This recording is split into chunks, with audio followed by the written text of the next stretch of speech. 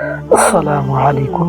আলহামদুলিল্লাহ, আমি আজকে আপনাদের মাঝে দোয়া কবুলে বাধা সমূহ শেয়ার করব। তো চলুন শুরু করা যাক। 1 নম্বর, শিরকে লিপ্ত হওয়া। 2 নম্বর, কোনো মুসলমানের সাথে কলহ বিবাদে লিপ্ত থাকা। 3 নম্বর, মদ্যপানে অভ্যস্ত থাকা। 4 নম্বর, পিতা মাতার নাফরমানিতে লিপ্ত থাকা। 5 নম্বর, খাদ্য ও লেবাস পোশাক হারাম হওয়া।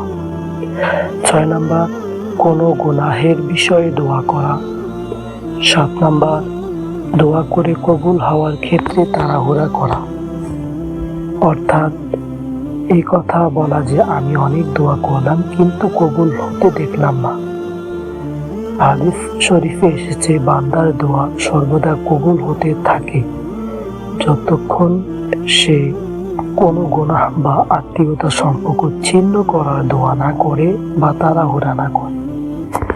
বা কবুল হওয়ার অর্থ হচ্ছে দুনিয়াতেই প্রাপ্তির বিষয় লাভ করা বা দোয়ার সওয়াব কিয়ামতের দিবসের জন্য সঞ্চিত রাখা, অথবা কোনো মুসিবত দূর করা, অথবা গুনাহ মাফ করে দেওয়া।